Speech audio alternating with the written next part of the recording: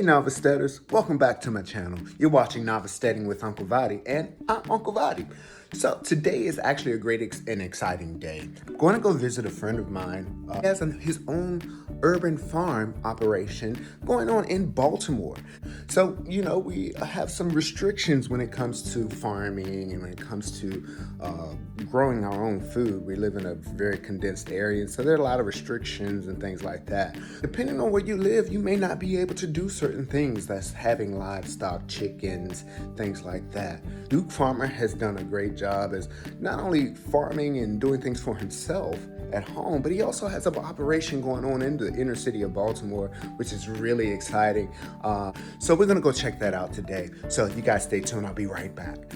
I almost forgot. I need you to do me one favor. I need you to subscribe. I need you to like and comment down below. I need to know what's going on with you guys. Where are you in your journey? So I look forward to talking to you soon. Let's go meet Duke.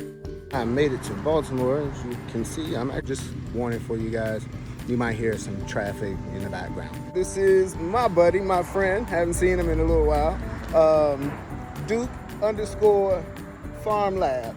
Yep. We're here in Baltimore, here to help him out with some gardening and also learn a couple things as well. So, Duke, tell us about yourself. I'm PG County. I'm a regular dude that understood the need to help support your people through growing food, through activating green spaces, and being more sustainable in how you live. So nothing special, just someone who understands that growing food is the way to go. Okay, so not only do you have a farm here, or a garden here at your home, but you also have one in your city, or not far from here? Yeah, I have one in East Baltimore. It's not activated now because of COVID. I take a lot of college students and a lot of groups. Mm-hmm. But it used to be one of the worst open air drug markets in East Baltimore. I took it on as a project to help eliminate the drugs there. Mm-hmm. There used to be a lot of vacant homes. Working with the housing commissioner, we tore the homes down, and somehow I ended up putting a garden there. It wasn't in the plan. Wow. I just thought that me having an excuse to always be there would help slow the drug trade down, and I got to know a lot of people, and then all of a sudden I became a farmer in East Baltimore, and this would have been my 7th season if I would have planted this year. I think I still may do a fall season, but yeah, 6 years strong of planting food there. Okay, so I know I have a few followers that live in a more suburban, let's just say a rural area, right? Mm-hmm. There are some differences in how you grow, how you do things you can do. What are some of the challenges you've had having an urban farm? Yeah, so I learned the big differences when I moved to this house, because in East Baltimore, the way they used to demo houses, they used to collapse the houses in the ground and then put dirt over it. So that was the second generation of houses. So the first layer of houses was still underground. Right. The houses I had tore down, we had them do it the right way, but still when we tested the soil, thanks to Johns Hopkins University, we get extensive soil testing. There were levels of lead that were too high. So what we had to do was basically bring in, almost $10,000 worth of mulch. Wow. Build a significant mulch line, 3 or 4 feet mulch, and then by help of Gather Baltimore, bring in 20 grand worth of soil. And then you put the soil on top of the mulch line. Wow. And that's what you're growing in. You could have did raised beds. I didn't want to do raised beds at the time, so we basically created one giant raised bed where we can still plant in the ground.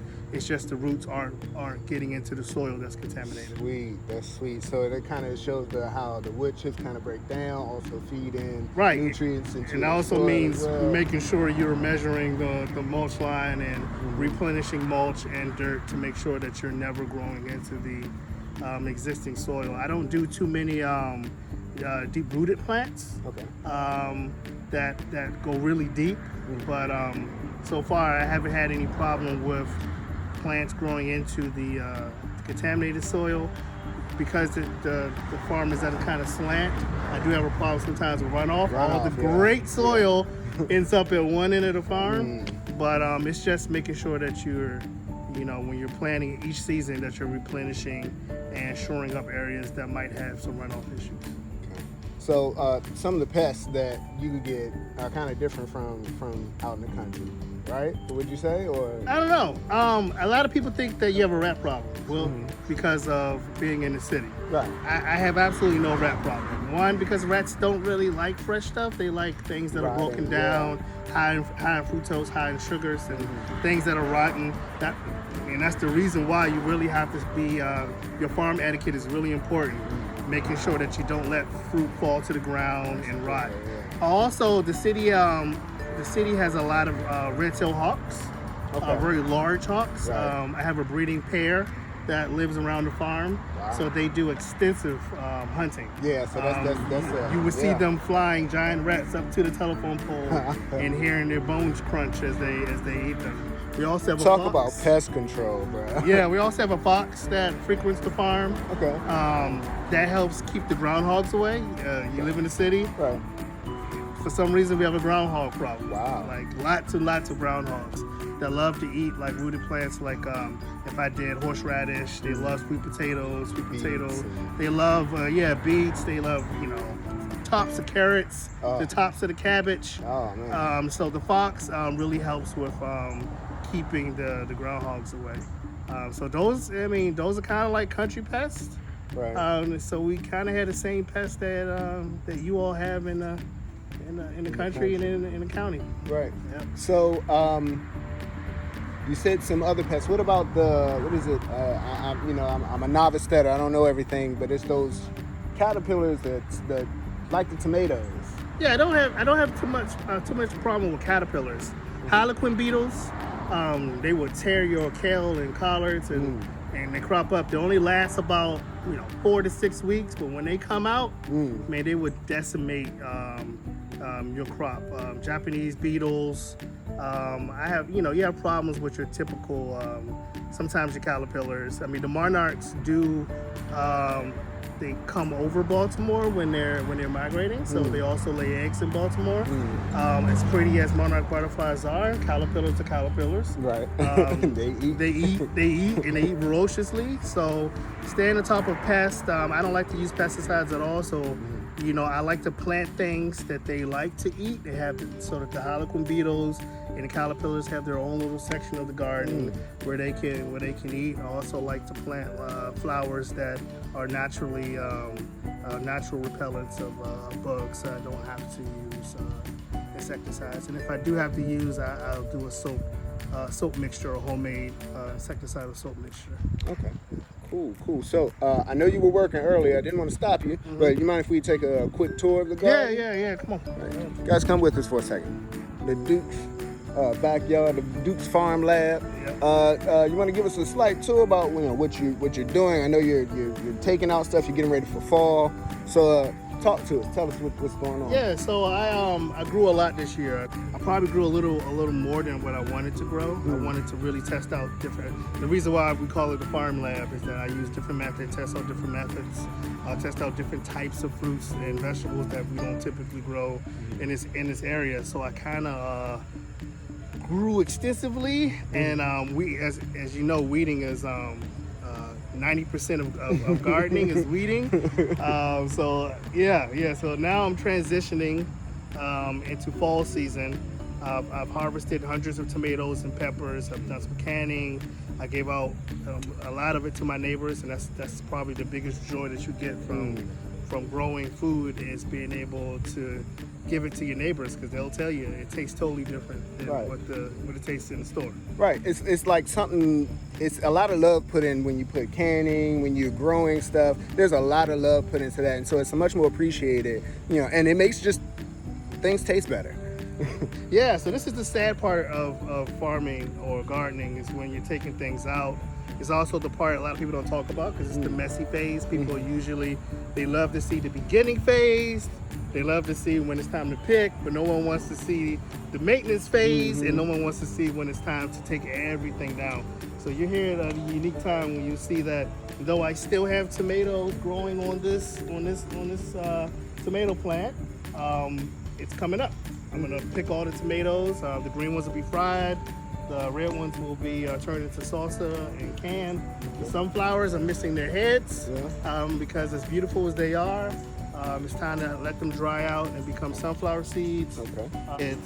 Here's a lesson. So I've been doing this for 6 years, and you're always learning. Right. It's never a time when you're not learning or you don't do something stupid. So I did something stupid. I planted watermelon along the side, and I planted different types of tomatoes in my beds. And then when the watermelon and the pumpkins started to vining, I couldn't get to my tomatoes in my beds, thus I couldn't weed them. Right. So then it just turned to this big giant mess, not thinking in my head that you don't plant for the garden you want to see, you plant for the garden that's going to be. Right? So yeah, never plant too close to where you can't properly get down and weed your bed. So I have all kind of weird herbs and tomatoes and stuff growing in there. Kale over there. Yeah, but I couldn't get to it. This will be my first time. Well, a lot of people would use like these extra scraps and stuff for compost, and I know we try to keep pests down in the inner city. We talked about that a little bit earlier. So it's my understanding you don't compost yet, or I have. So at the farm, I have a compost pile at the farm. At my home, I don't compost because we have. It's weird. In the inner city, I don't have a mouse and rat problem. Here, I've noticed that we have deer mice. We have a wood area back here that's full of deer. It's full of foxes. It's full of everything. I tried to do a compost pile, and every time I came in there, I had a pest problem. So I decided here I wouldn't be doing any compost. Compost is a science. I like to take the time to get it right. Spending more time fighting off pests and not knowing if they're contaminating my compost pile. So not here. I buy it from Veteran Compost. Look them up. It's a great endeavor. Group of veterans who own a compost company, and they sell compost. They do wholesale in the neighborhood. We have a garden club here, Hamilton Laurelville Garden Club. It's thousands of people. They'll take orders from everybody, and then free delivery, and just come through the whole community and drop off compost. Wow. That's awesome. So supporting a local group is good too. Yeah, sweet. So I know you're going to take us through to some new stuff, but first we talked about trying different methods, right? Yeah. Tell me what's going on with the hay bales. Well, so I tried hay bale farming this year. One thing for sure, when you're hay bale farming, put the bales where you want them immediately. Because what I did was, because my water is over there and I didn't want to stretch my hose out, I set up the bales near the water. I watered them for 10 and 12 days, and then I was like, okay, it's time to move them. It was like, they were like 100 pounds a piece. It was, I got them here. Right. But it was definitely a lesson learned. The plants grew well. Okay. The thing is that if you use, it's once again, gardening and farming is a science. Right. I use blood meal fertilizer. You really need to measure the right amounts based on the size and density of the bale, which is hard to do because size and density of bales vary from where you get them. Right. The plants grew. I grew tomatoes and peppers in them. I also grew wildflowers on the side to encourage the pollinators.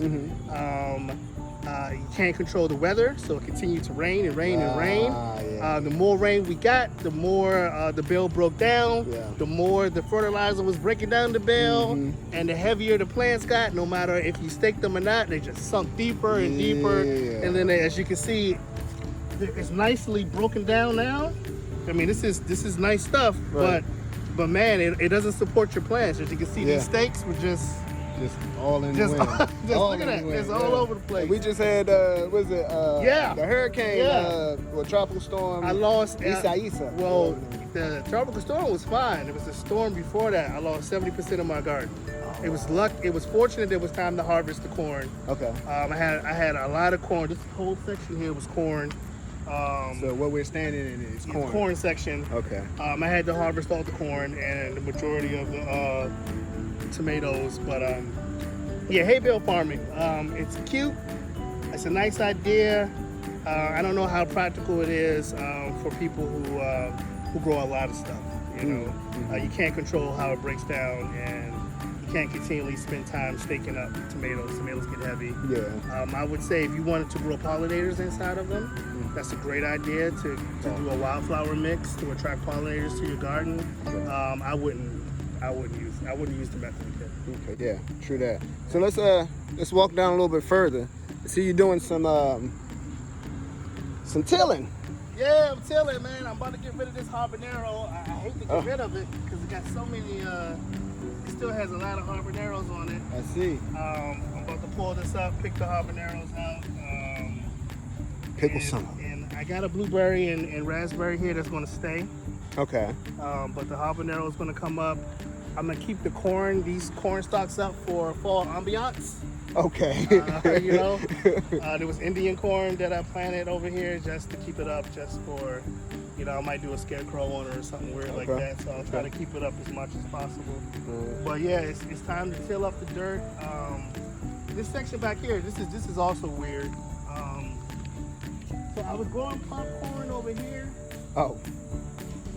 And zucchini. I had Is that it? Yeah, it is. That's a huge one. See you, buddy. Ah. Yeah. So this plant was going anyway, but yeah, nice little. You always get surprised by zucchini. Yeah, because they can grow so big and so fast. Yeah. So cabbage, and I grew popcorn over here. But then I came over here one day and realized that I had a couple hundred praying mantis. Okay. And they're still over here. So Those are beneficial bugs, though. Exactly. Yeah. So I stopped growing over here and let it keep growing. Okay. And let it just do its thing. Right. Because they're in there now. Right. I saw some this morning. that's Just nice. kind of. This one. Is that one right there? Yeah. Yep. There goes a little one right there. Sure is. Yep. Wow. They're over here. So I said, you know, sometimes you lose a piece of your garden to something beneficial, like praying mantis. Right. I know that they don't stay over here, that they were in the whole entire garden, and that would really help. My dog is eating tomatoes. And walked away. Yeah. Yep. That's mine. Thanks. She loves tomatoes. She's gonna go and Yeah. I sit see down and your lovely wife over there. yeah. So That's this is a weedy nasty section that I let continue. So I have a Facebook handle for my house. It's called the Hamilton Homestead. okay. Made it about six months ago. Just the pre-COVID. Yeah, pre-COVID. Just because this is my backyard. Like, this is my homestead. Yeah. But you'll learn that everything is trial and error.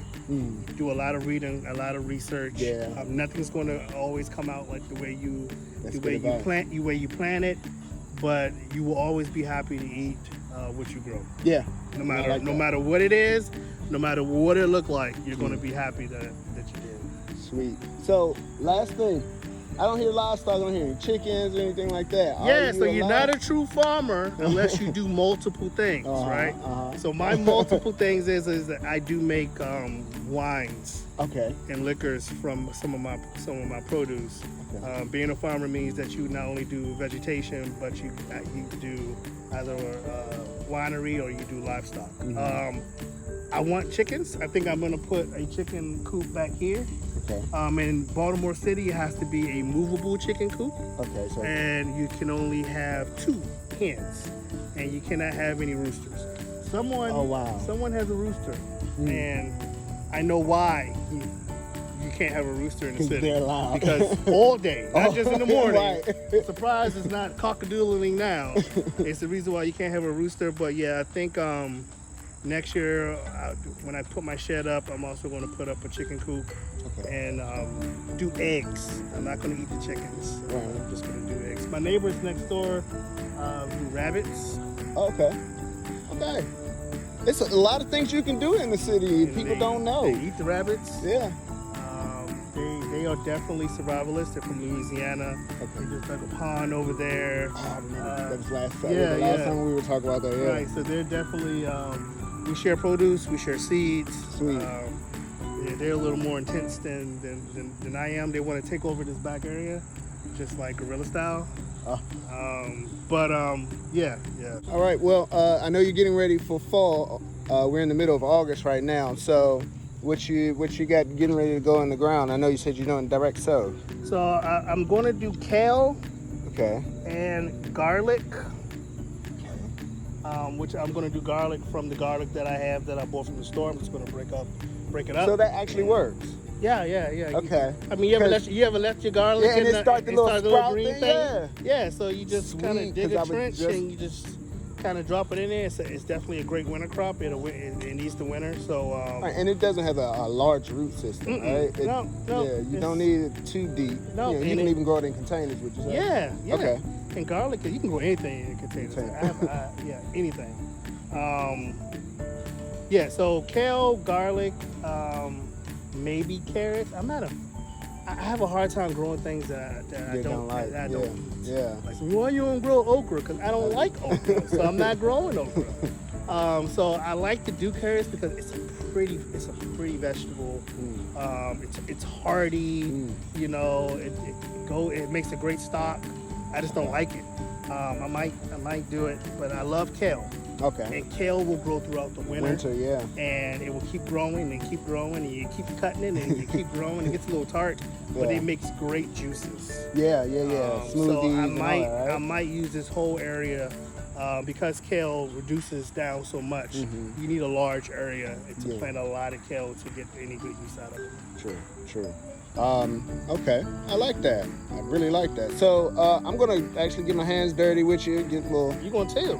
Okay, well I'm tilling. I've never used a tiller before, so this should be funny. I don't even think I want to record it. So record him tilling, and he's gonna add that to his video.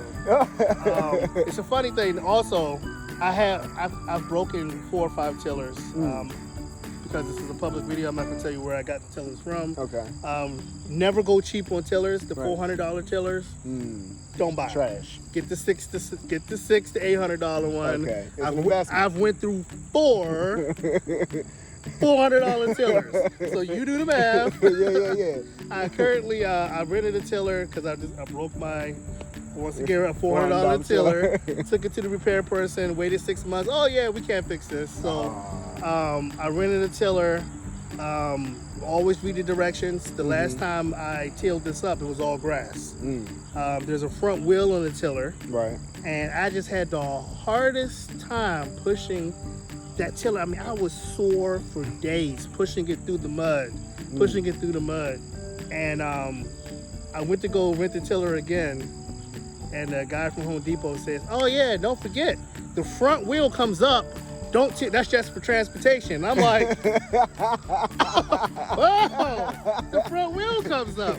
And I'm tilling now, and it's so easy. But when that wheel was down, I couldn't get it. I was pushing it. And read the directions, and don't go cheap on your tiller. Spend some money on it. It's going to be your best friend in your garden. Having your own tiller helps with weeding and helps with turning over your soil, and spend money on one. So do you add amendments? Because I know tomatoes are heavy feeders, corn's a heavy feeder. You got a lot of heavy feeders that come on in here. So what? I fertilize. I do soil testing. It has a great balance of things already present in the soil. I do fertilization every 7 to 14 days. Especially during COVID. When I made such a big garden, it was simply because I did not know where COVID was going. Right. Grocery stores were empty. Right. No one wanted to go to the grocery store. I looked at my yard and said, I'm gonna take half of this and I'm gonna grow food because you just didn't know. Right. And I couldn't afford to do a lot of the lab things that I wanted because I wanted to make sure that if things got really, really bad, that my family and I was able to sustain ourselves. Right. So I stuck to the things that were proven and the methods this year that was proven, that I know Bale Farming has been done plenty of times. I used it to increase my space, and I use fertilizers that are trusted and proven that will, have my food grow a nice, large size. And it's important. It was important during COVID. I think that one thing we didn't mention was that how important growing food was this year. Yeah. And how important it is still Yeah. to know how to grow food. We don't know where this is going in the fall Right. and in the winter. We don't know when the next pandemic is going to be. Now we know, everyone knows the importance of gardening. You can't go to a garden store and buy anything that you need anymore because everyone has it. Yeah, everyone has it. Right, because now everybody understands that this isn't a hobby. It's a lifestyle. This is the same thing as having a go bag during a hurricane or during an emergency. Having your go bag ready, you should be ready and have the ability to garden at a moment's notice. It's just as important because the world is up in the air these days. It's been a very interesting season. Yeah. So, all right, well, thank you so much, bro. We're gonna go ahead and get into this, get my hands dirty, and I'll be back. And I went on the record. Yeah, you should. Put your arm position, hold the throttle. Pull this. Like long. Yeah. I guess not.